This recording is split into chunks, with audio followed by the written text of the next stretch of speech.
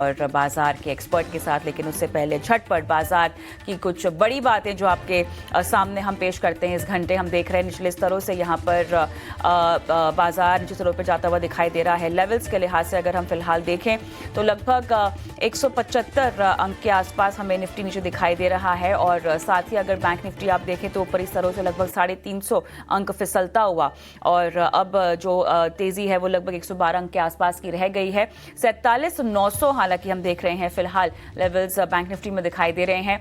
बिकवाली कहां पर हावी है? आईटी पैक पूरी तरह से हम देख रहे हैं बिकवाली की चपेट में। इन्फोसिस जैसे कुछ काउंटर्स 5.5% टूटते हुए।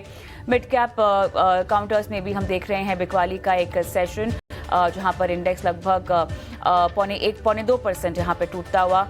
रियलिटी और मेटल काउंटर्स ने भी बाजार को आज के सत्र में नीचे यहां पर खींचने का काम अब तक किया है। एडवांस डिक्लाइन आपके स्क्रीन पर लेकर आएंगे, जहां पे 774 एडवांसेस डिक्लाइन 1880 हमें दिखाई दे रहे हैं। गिरावट यहां पर बाजार में सुबह के मुकाबले हमने देखा निचले स्तरों पर अब बाजार पूरी तरह से जाता हुआ दिखाई दे रहा है। निफ्टी भी लगभग 22,370 के आसपास आधे % की कमजोरी दिखा रहा है। मिड डे मार्केट एक्शन कहां पर है, साफ तौर से समझते हैं हमारे सहयोगी अंश पिलवार से। अंश, सेक्टर स्पेसिफिक तो आईटी सबसे बड़ा लूजर, लेकिन उसके अलावा ब्रॉडर इंडिसेस और मेर इंडिसेस भी हम देख रहे हैं कि अब थोड़ी सी कमजोरी गहरा रही है। बिल्कुल कविता, अगर निफ्टी से शुरुआत करेंगे, निफ्टी अगर देखें तो आज हमें ये 22,400 के भी नीचे जाता हुआ नजर आ रहा है। 22,600 के आसपास गया था, लेकिन वहाँ से स्ट्रॉन्ग रेजिस्टेंस लगा, जहाँ से हमें स्ट्रॉन्ग बिकवाली होती हुई नजर आ रही है। और पिछले 5 सेशन से हम बता रहे हैं ये जो 22,600 का लेवल है काफ़ी स्ट्रॉन्ग रेजिस्टेंस के तौर पर एक्ट करता हुआ नजर आ रहा है।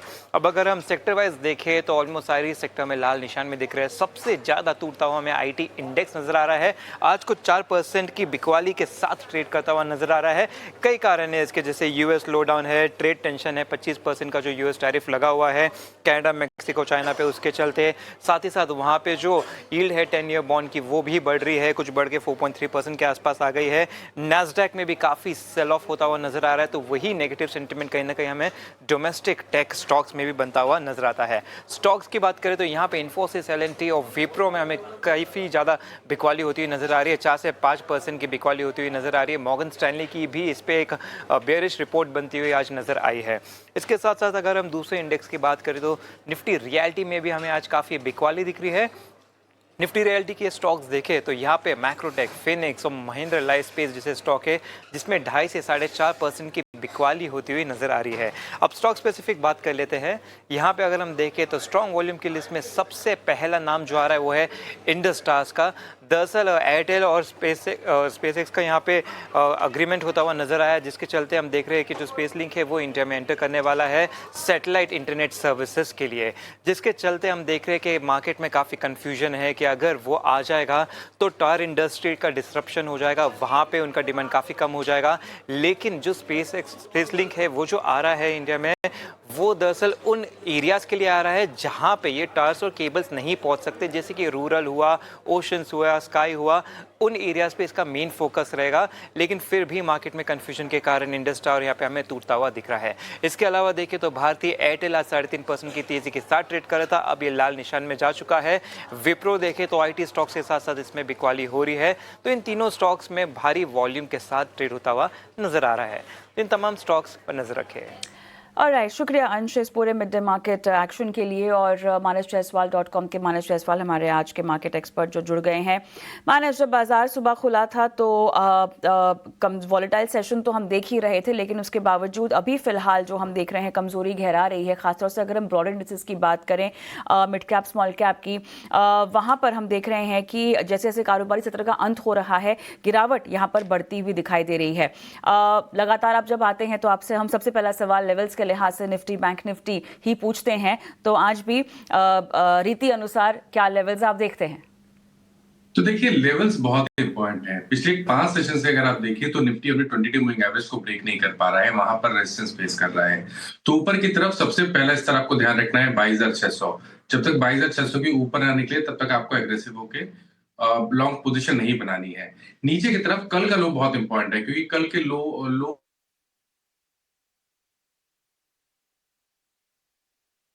चलिए, मेरे ख्याल से यहाँ पर कुछ तकनीकी दिक्कत आती हुई मानस के साथ, लेकिन मानस के साथ एक बार फिर से हम जुड़ेंगे। लेकिन इस बीच अगर हम देखें तो ब्रॉडेड इंडिसेस आपकी स्क्रीन पर हम चलिए, मानस मेरे साथ जुड़ गए हैं। तो मानस, आप बता रहे थे 22,600 के पार जाना बहुत ज़रूरी है, और लोअर लेवल्स में कहाँ पर सपोर्ट मिल रहा है? जी। तो देखिए कल के लोज बहुत इंपॉर्टेंट है क्योंकि वहां पर 50% रिट्रेसमेंट लेवल है जो रीसेंट रैली हमने देखी है। तो अगर आपके पास लॉन्ग पोजीशन है तो 22,300 का आपको स्टॉप लॉस लगाना है। अगर 22,300 के नीचे जाएगा तो आपको करीब 200-250 पॉइंट की गिरावट और देखने को मिल सकती है। इसलिए अपनी अपनी पोजीशन में 22,300 का स्टॉप लॉस लगाइए, लेकिन एग्रेसिव होकर खरीदारी केवल 22,600 के ऊपर ही करेंगे। 300 का स्टॉप लॉस आप यहाँ पर रेकमेंड कर रहे हैं। बैंक निफ्टी को लेकर आपकी क्या राय है? हमने देखा यहाँ पर लगभग डे के लोज पर आता हुआ दिखाई दे रहा है। 350 अंक लगभग ये गवा चुका है अभी के सत्र तक। देखिए ट्रेंड यहाँ पर ज्यादा क्लियर है। निफ्टी ने रिकवरी दिखाई थी, लेकिन बैंक निफ्टी ने कोई खास रिकवरी नहीं दिखाई। लोअर टॉप लोअर बॉटम बन रहे हैं। कल हमने एक बहुत ही अहम सपोर्ट ब्रेक होते हुए देखा 47,900 का। हालांकि आज हमें फिर से रिकवरी मॉर्निंग देखी है। मेरे ख्याल से यहाँ पर ट्रेंड काफी क्लियर है। ट्रेंड बेरिश है और जब तक 48,650 के नीचे ट्रेड करता रहेगा तब तक सेल ऑन रैलीज का ही स्ट्रेटेजी काम आएगी बैंक निफ्टी में। तो अगर 48,650 के ऊपर निकले तब आपको खरीदारी करनी है, अदरवाइज इस सेल ऑन रैलीज का ही इंडेक्स बना रहेगा। राइट।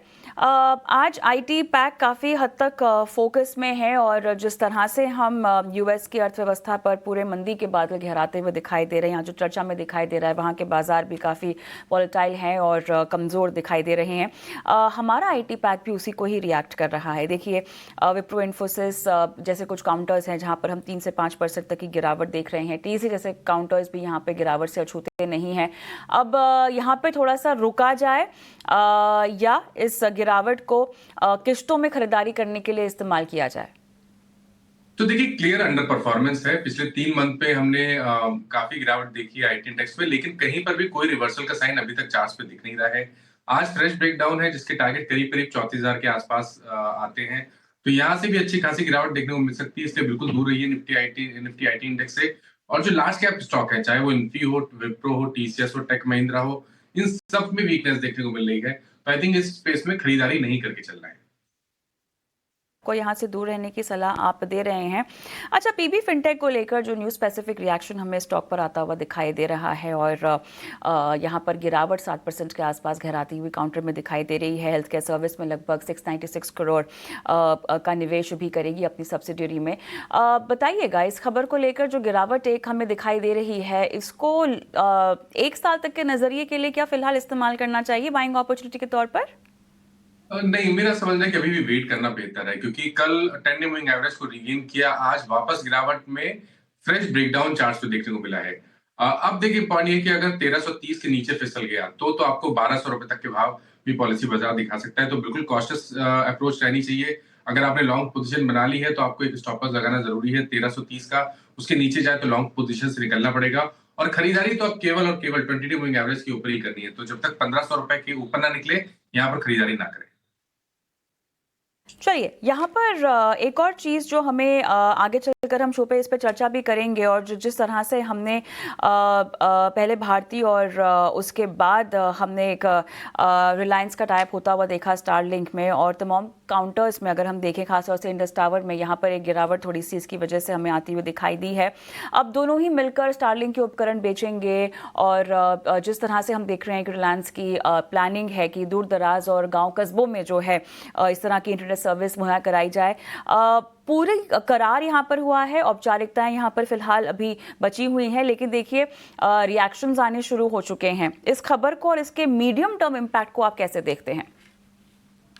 तो देखिए स्टॉक स्पेसिफिक अगर बात करें तो भारतीय एयरटेल एक ऐसा स्टॉक है जो कि कंसोलिडेट हो रहा है, और ये जो कंसोलिडेशन है ये एक बड़ी रैली के बाद देखने को मिल रहा है। अब अगर ये 1720 1730 के ऊपर निकल गया तो उसके ऊपर तो आपको कम से कम 150 से 200 रुपए की तेजी देखने को मिलेगी। जो medium to long term structure है वो पॉजिटिव है। तो अगर आप निवेशक है और आप पोजीशन बनाना चाहते हैं आने वाले 6 से 12 महीने के लिए, तो भारतीय एयरटेल एक बढ़िया पिक हो सकता है, जहां पे स्टॉप लॉस आपको 1540 के नीचे लगाना है और टारगेट फिर बड़े सेट करने हैं 1810 से लेकर 1840 के रेंज में। लेकिन अगर आप ट्रेडर हैं तो आई थिंक रिलायंस इंडस्ट्रीज की तरफ देख सकते हैं, क्योंकि यहाँ पर कंसोलिडेशन के बाद स्टॉक बिल्कुल तैयार हो गया है एक फ्लैग पैटर्न के ब्रेकआउट के लिए। तो ट्रेडिंग के तौर पे यहाँ पर एक पोजीशन ली जा सकती है जहां अपने स्टॉप लॉस 1225 के नीचे लगाएंगे और 1300 रुपए के टारगेट सेट करेंगे।